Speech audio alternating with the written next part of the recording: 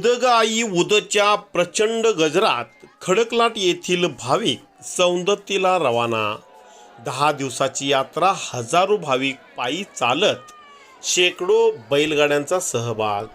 बेळगाव जिल्ह्यातील सौंदत्ती डोंगरावरील वर्षातली सर्वात मोठी जत्रा म्हणून प्रसिद्ध असलेल्या खडकलाट येथील श्री रेणुका देवीचा जग घेऊन हजारो भाविक उदग आई उदच्या प्रचंड गजरात सौंदत्ती डोंगराकडे रवाना झाले।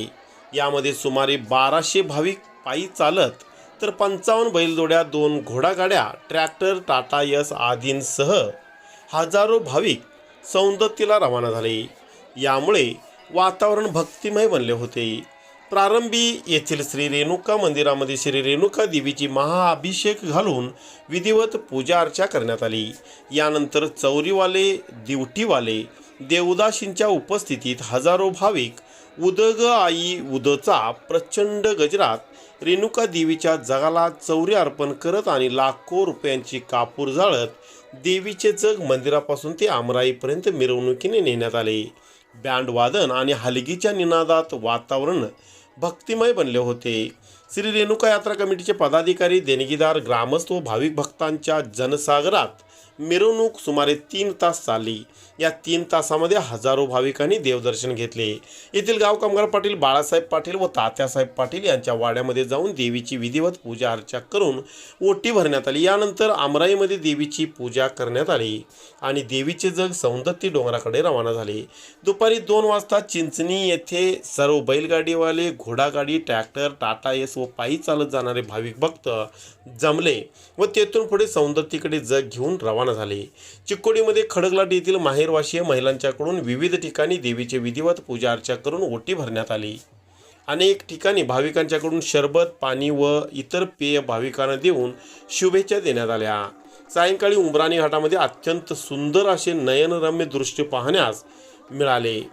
एका बाजूने श्री रेणुका देवीचे जग, बैलगाडी, घोडागाडी, त्यामागे ट्रॅक्टर, टाटा यस व इतर भाविक असे सुंदर प्रकारे नागमोडी वळणावर जात होते। ते पाहण्यासाठी चिक्कोडी आणि परिसरातील शेकडो भाविक मोठ्या संख्येने या ठिकाणी जमले होते। यात्रा काळात यात्रा कमिटीकडून अत्यंत चांगल्या प्रकारे नियोजन करण्यात आले असून श्री रेणुका देवीच्या यात्रेमुळे वातावरण भक्तिमय बनले आहे।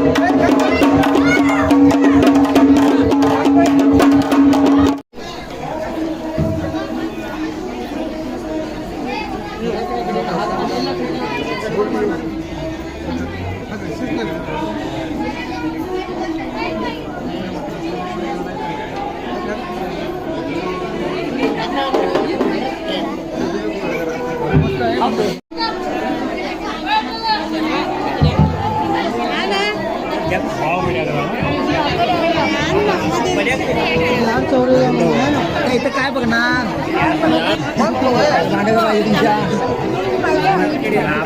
तुम्ही जर थांबा इथं बाहेर गेले की मग